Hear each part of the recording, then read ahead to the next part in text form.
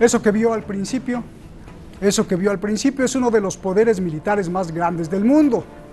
Son armas de Rusia y armas de China, con lo más nuevo y más avanzado de la tecnología militar. Irán en unos meses tendrá acceso a ese mercado de armas. Pistolas, rifles, aviones caza, barcos, misiles, radares, drones, todo lo mejor y más avanzado de la tecnología rusa y china. Pero Donald Trump no quiere. ¿Por qué? Soy Roberto de la Madrid y desde uno de los lugares clave en el planeta, detrás de la razón.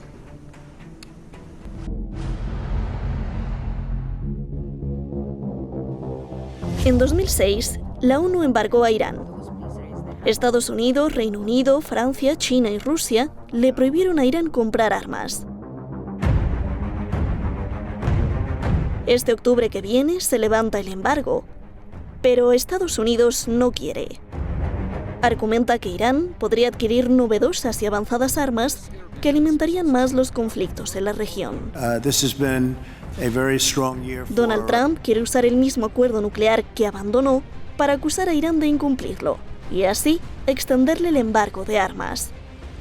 Does anybody think that the nation that today is conducting terror campaigns by Lebanese Hezbollah or Iraqi Shia movements or firing military missiles into the air ought to be permitted to purchase conventional weapon systems in just a few months? I think the world realizes that's a mistake. La Unión Europea lo rechaza. Dice que Estados Unidos se retiró del acuerdo nuclear con Irán y no tiene argumento válido. The United States has withdrawn from the JCPOA and now they cannot claim that they are still part of the JCPOA. Rusia y China también se oponen a Donald Trump. Han comenzado a presentar el caso en la ONU. Según la agencia Reuters, Rusia y China buscan desbaratar el argumento de Estados Unidos y el intento de Trump de que el Consejo de Seguridad le reimponga todas las sanciones a Irán. Para impedirlo, Rusia está invocando una opinión legal internacional de hace 50 años, que indica que un país que rechaza o no cumple con sus obligaciones pierde su derecho que deriva de esa relación. Le dicen a Estados Unidos que en la vida no se puede tener todo a la vez, comerse el pastel y luego querer tenerlo. Estados Unidos está siendo ridículo e irresponsable. Esto es absolutamente inaceptable y solo sirve para recordar el famoso proverbio inglés sobre quedarse con el pastel y comérselo. Sergei Lavrov, canciller de Rusia.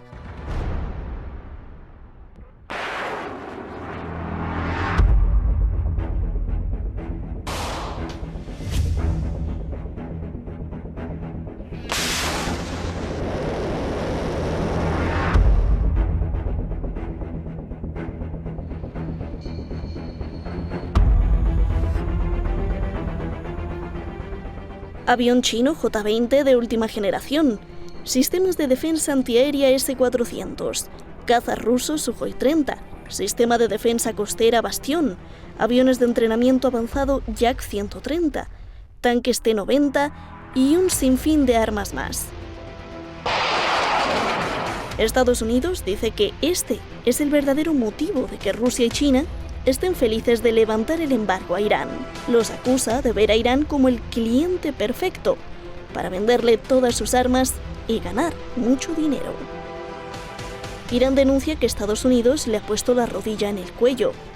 هر مظلومی رو که پیدا می‌کردند با زانوشون رو گلوش فشار می‌دادن تا او رو از بین ببرن و از پا در بیارن. اینا سیاستشونه، نه سیاست یک پلیس در یک شهر. این سیاست آمریکاست اساسا. اما ملت عزیز ما این زانوشون رو در هم شکن با اون پتک عظیم اتحاد و وحدت ملی. Rouhani dice que Irán seguirá desarrollando su poder militar defensivo pese a las conspiraciones y sanciones de Estados Unidos.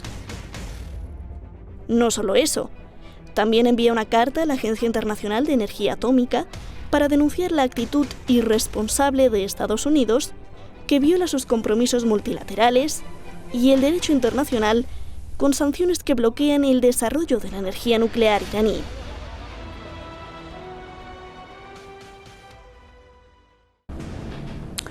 pues ahí está el documento. Muchísimas gracias al equipo detrás de La Razón. Muchísimas gracias a usted siempre por estar ahí presente en las redes sociales. Vamos directamente con nuestros invitados. Esta noche tenemos a dos grandes maestros e investigadores. Francisco Fernández Cruz Sequera, abogado allá en Madrid. Estamos estableciendo la comunicación. Y el investigador académico Guillermo Mackin, analista internacional en Cambridge. Muchísimas gracias a los dos. Guillermo, comienzo contigo. A ver, primero vayamos a las causas del deseo de Estados Unidos. La pregunta es, ¿por qué Estados Unidos no quiere levantar el embargo de armas a Irán, por favor? Bueno, hay que ir a las características de la administración Trump y quiénes son sus donantes. La característica dominante de la forma de gobernar de Trump es transaccional, es decir, él ve gobernar como un negocio. Si los intereses de Estados Unidos y del resto de la comunidad internacional coinciden o no, eso es harina de otro costal. ¿Y quién está detrás de esto? Su mayor donante. Resulta que es un billonario del juego que se llama Sheldon Adelson y que le ha donado más de 100 millones de dólares, casi 150 yo diría, por las sumas que me han ido haciendo ver, desde 2016. Él es pro-Israel y específicamente pro-Likud. Entonces, y anti-palestino, por supuesto. Entonces, eso es el motor de la propuesta de Trump, que desde el punto de vista jurídico y de la forma de hacer las cosas dentro de Naciones Unidas, habiendo rechazado la resolución 2231, no tiene cómo pedir de nuevo sanciones para Irán. Pero el motor es este hombre que mueve a Trump y, por supuesto, las sectas, digamos, protestantes. No todas las sectas protestantes, pero las más extremas de derecha. Eso forma digamos, el abanico de influencias que determina la política de Trump. Eso ha llevado, por ejemplo, a que se moviera la embajada de Estados Unidos de Tel Aviv a Jerusalén. Bien. Francisco, un saludo. Qué pena que no tengamos por video, pero ahí te escuchamos. Te pregunto, ¿Estados Unidos teme que Irán se arme más y sea más poderoso? ¿Por qué quiere que no se levante el embargo? Por favor, Francisco. Bueno, lo primero, como siempre, enviarte un abrazo y a la audiencia, un saludo a la audiencia y al contertulio de hoy. Lamentablemente no sabemos qué ocurre, pero hemos tenido problemas con la comunicación y no puedo tener mi imagen en el programa. Yo quisiera hacer hincapié en una pequeña observación, y es algo que creo que tengo capacidad técnica para decir, y es que las pretensiones de Estados Unidos de hacer valer un contrato en el que se ha retirado y del que no forma parte son absolutamente contrarias al derecho internacional. Y eso es algo que debemos tener en cuenta porque durante años toda la comunidad internacional ha condenado la conducta de Estados Unidos porque no carece de fundamento, tanto en derecho como en los hechos. Durante años Irán ha venido cumpliendo todas las resoluciones de todos los organismos internacionales y a día de hoy sigue permitiendo el acceso de los observadores internacionales a sus instalaciones nucleares. Por lo tanto, el tratar de ampliar por parte de Estados Unidos, tratar de ampliar un embargo en el comercio de armas en aplicación a un pretendido derecho es algo absolutamente ridículo y es algo que no tiene ningún fundamento legal. Solamente tiene el respaldo de su prepotencia, de la soberbia y del poder que a día de hoy hace gala en la escena internacional mediante su hegemonía militar. Dicho esto... ¿Perdón? Que quisiera agregar algo porque hace a la esencia de todo esto. A ver, sí, deja que acabe Francisco y ahora voy contigo, Guillermo, por favor. Perfecto. Perdón, pero es que se me ha ido un poco lo que estaba diciendo. ¿Me puedes repetir la pregunta, Roberto? No, la comunicación es muy mala. Sí, no te pregunté nada. Mejor acaba tu Bien, idea. pues sencillamente centrarnos en esta cuestión de que efectivamente esta pretensión norteamericana no tiene ningún fundamento en nada.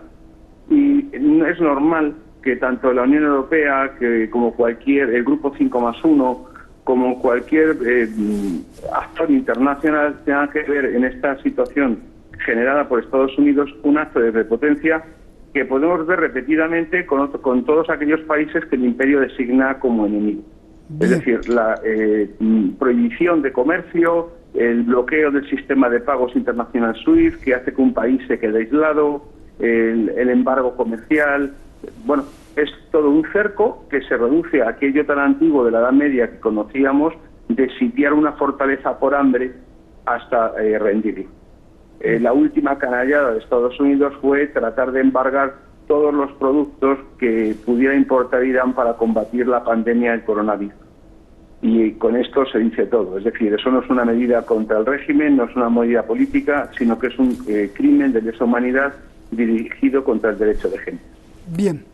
Guillermo, a ver, tú querías agregar algo y de una vez te explico, de una vez te hago la pregunta. Explícame el argumento de Estados Unidos de querer usar el acuerdo nuclear para extender el embargo, incluso reimponer todas las sanciones del Consejo de Seguridad, y explícame por qué no se podría. Rusia y China dicen que hay una opinión legal de hace 50 años para contradecir a Estados Unidos, que prácticamente dice, como se dice en México, el que se fue a la villa perdió su silla, abandonaste el acuerdo, ahora no puedes regresar. Por favor. Sí, pero lo que yo quiero puntualizar es que lleguemos a entender los móviles de la administración Trump. Ya apunté a uno, que son las donaciones de este magnate del juego, que es el mayor donante de la campaña de Trump. Pero hay una segunda característica, y es que dentro de la administración Trump hay instrucciones a los funcionarios de no cumplir los contratos. Es decir, que las Naciones Unidas tenga una resolución el rol de las Naciones Unidas para la administración Trump, con su modo de proceder, no tiene mayor importancia. Ellos van a seguir insistiendo, a pesar de que faltan pocos días en octubre se realizan las elecciones presidenciales, y todo indica que Trump lleva las de perder ante Biden. Entonces es todo un disparate detrás de otro. Entonces, detenerse en las formalidades legales y el discurso estadounidense, que es disparatado, cuando estamos ante la profundidad de un modo de conducir política para entender esto, creo que es preferible entender la forma de proceder, el móvil de Trump, antes que su disparatado discurso. Bien. Francisco, a mí me gustaría que tú nos explicaste perfectamente todo este embalaje jurídico, pero las causas, o sea, ¿por qué? ¿Qué es lo que está detrás de esto? Yo te había preguntado, ¿teme que Irán se arme más con muchos mejores armas, sea más poderoso? ¿O cuál es el quid? Vamos a ver, el objetivo norteamericano que tantas veces hemos expuesto en este programa es el de siempre, la reordenación de todo ese espacio que se llama de los cinco mares, de esa pentalasia, para reordenarlo de una manera conveniente a los intereses del gran Israel, del Eretz Israel, de este mito que va del Nilo al Éufrates, y conforme también a los intereses de la potencia del hegemón norteamericano, que supondría la interrupción, entre otras cosas, de la ruta de la seda que se ha establecido desde China hasta Italia. Los intereses estratégicos de Norteamérica pasan por fraccionar, por balcanizar toda la región y cerrar así un lugar importante en el cerco a la península asiática, que va desde el mar Báltico al estrecho de Bering, de tal manera que encierre en un nudo corredizo a esas dos potencias, una de ellas que en este momento le está sacando ventaja a Estados Unidos, que es China, y la otra potencia que ha vuelto a la escena internacional después de su crisis de la caída del año 89, con una ambición de mantener su estatus, que es Rusia. Por lo tanto, Estados Unidos, ese es su móvil, y para llegar ahí no le importa cualquier actuación que tenga que realizar, como ha sido el apoyo a Arabia Saudí con el tema del Yemen, como ha sido el apoyo al Estado Islámico, como ha sido la guerra en Ucrania, como se está ocurriendo ahora mismo con las patrullas aéreas de la OTAN sobrevolando el Báltico, es decir, la presencia militar en el Mar de China, es decir, la presión es una permanente. Y evidentemente no nos olvidemos que Trump es un outsider de la política, está fuera del aparato del Partido Republicano, que captó la candidatura a la presidencia precisamente por sus vínculos con Bibi Netanyahu, con este político corrupto de Israel, y por ser el mejor representante de los intereses sionistas, como buena prueba ha dado con su hija y con su yerno, que no es que estemos haciendo mención a una cuestión meramente familiar, sino que es el responsable de la política norteamericana para Oriente Medio, que evidentemente, como judío ortodoxo que es, pasa por el traslado de las embajadas de Tel Aviv a Jerusalén, etcétera. Por lo tanto, creo que es algo muy repetido, es algo muy obvio y es algo que no se le escapa a nadie y que hace temible a Estados Unidos precisamente por la capacidad de ser violento que sigue manteniendo para mantener ese propósito. Bien, a ver, Guillermo, tú ya lo habías tocado con Shedol Adelson, pero entonces se podría reducir así la ambición de Estados Unidos, o más bien el deseo de Estados Unidos de proteger este otro deseo, no sé si místico, mágico, o solo de geoestrategia, de extender o de construir el gran Israel, como decía Francisco. ¿Qué me dices de esto, Guillermo? No tengo antecedentes de eso. Normalmente por formación de la geopolítica no me entero, digamos. Es un tema que prefiero no tocar. Yo entiendo que los actores políticos se mueven por las características de su conducta y por las fuentes de financiamiento, y en este caso el financiamiento y la conducta de Trump son lo que explican esta política. Y hay un elemento adicional, y es que todo lo que hizo Obama, y el tratado nuclear con Irán es uno, Trump lo execra y lo quiere deshacer. Entonces esos son sus móviles, más que un gran diseño que dudo que el cerebro de Trump llegue a comprender. Bien, pero entonces estás reduciendo todo, Guillermo, a pues un como capricho personal, solo porque Obama lo hizo y él... Eso no es un capricho personal, hay que entender las características de los móviles políticos de un actor político relevante, en este caso el presidente de Estados Unidos. Su accionar es transaccional. La transacción es la mayor donación que supera los 120 millones de dólares recibidos desde 2016, y una posición pro-Likud y pro-Israel del donante. Bien. Entonces, eso explica la conducta de Trump. Bien, antes de ir con Francisco, Guillermo, Estados Unidos acusa a Rusia y a China de estar felices con levantar el embargo de armas a Irán, no por ser aliados ni amigos, sino porque van a ganar mucho dinero vendiéndole armas. Dame tu explicación de esto. Es otro disparate.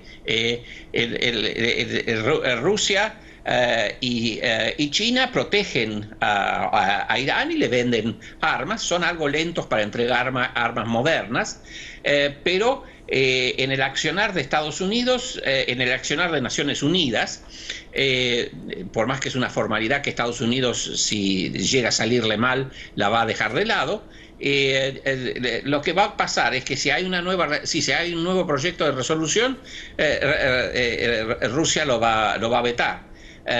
Y la Unión Europea sigue criticando a Estados Unidos por haber tratado de desechar el tratado nuclear. Entonces, el tratado nuclear que Estados Unidos quería demoler no está tan fuerte o no goza de la buena salud política que gozaba antes de asumir Trump, pero Estados Unidos no ha logrado digamos, deshacerlo, y esta última movida sobre el final de una presidencia caótica es otro disparate y la demostración de una serie de disparates que han gobernado la política de Trump en lo exterior y en lo interior de Estados Unidos. Bien, Francisco, a ver, Guillermo Mackin, que es analista internacional allá en Cambridge, nos dice que pues es más una cuestión de conducta y de rastrear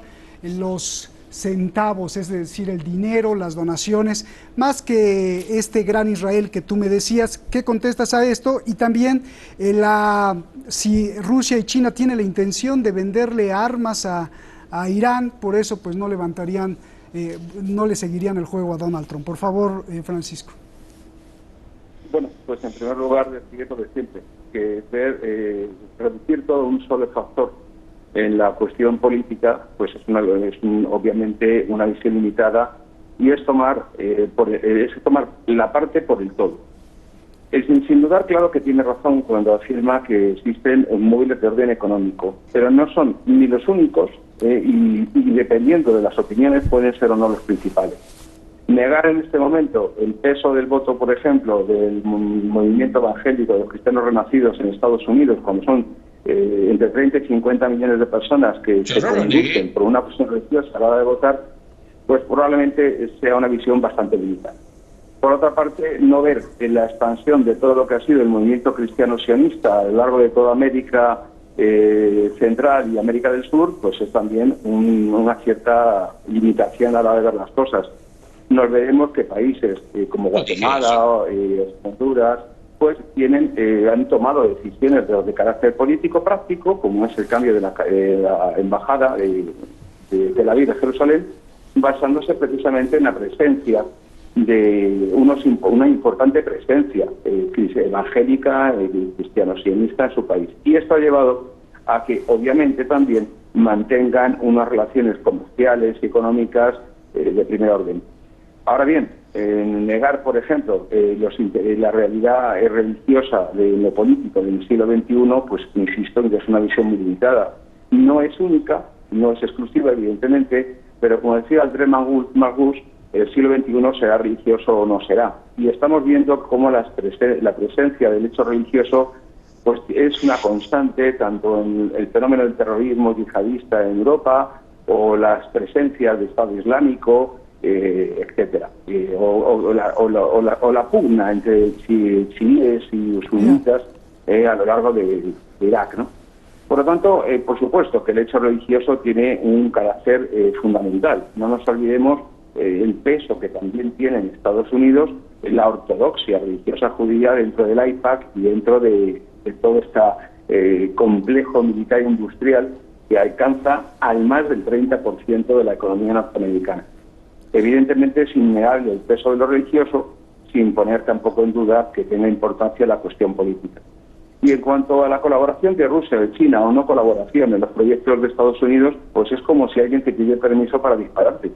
Ni China ni Estados Unidos, ni Rusia van a plantear nunca un seguidismo en la política de Estados Unidos. Bien. Otra cuestión es el peso que pueda tener el elemento sionista, sobre todo en Rusia, que no así en China.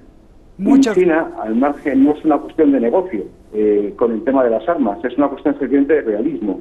Reforzar el régimen de Irán significa garantizar la viabilidad de la ruta de la seda, que es el gran proyecto económico equivalente a varios plan Marshall de los del año 40 y tantos en Europa.